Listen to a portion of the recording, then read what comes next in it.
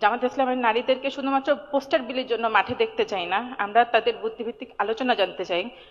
জামাতে ইসলামকে প্রথমেই ধন্যবাদ তাদের ইশতেহার এত সুন্দর করে প্রকাশ করার জন্য, এবং আমরা তাদের এখানে নারীদের জন্য ভালো ভালো কিছু সিদ্ধান্ত দেখতে পেয়েছি। আমরা জামাতে ইসলামের পুরুষ উইংকে যতটা ভিজিবল দেখি, আমরা নারী উইংকে ততটা ভিজিবল দেখি না।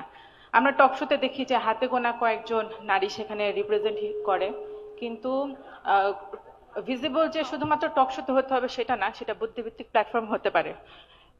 আমি একটা প্ল্যাটফর্মকে দেখি যে তারা সেখানে কাজ করে, কিন্তু সেখানে আলোচনার শুধুমাত্র বিষয়বস্তু আসে। আমরা বিষয়বস্তু জানতে চাই না, আমরা তাদের আলোচনা জানতে চাই। আমরা জানতে চাই তারা কি কথা বলে। আমাদের দেশের 50% নারী, এবং জামাতে ইসলাম থেকে সংরক্ষিত আসনে নারী প্রতিনিধিরা আসবে।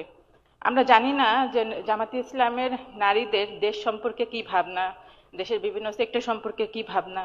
আমরা জানি না যারা পর্দা করে সেসব নারীদের নিয়ে তাদের কি ভাবনা, এবং যে সকল মুসলিম নারী পর্দা করে না তাদের নিয়ে কি ভাবনা। আমরা জানি না যে অমুসলিম নারী তাদের নিয়ে কি ভাবনা, এমনকি যারা নাস্তিক তাদের নিয়ে কি ভাবনা।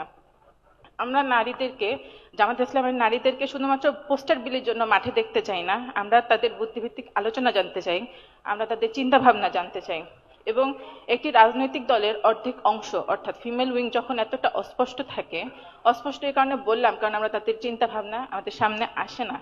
তো যখন তারা অস্পষ্ট থাকে তখন একজন ভোটার হিসেবে আমাদের সেই রাজনৈতিক সংগঠনকে ভোট দিতে হলে আমাদের সিদ্ধান্তহীনতায় ভুগতে হয়। ধন্যবাদ।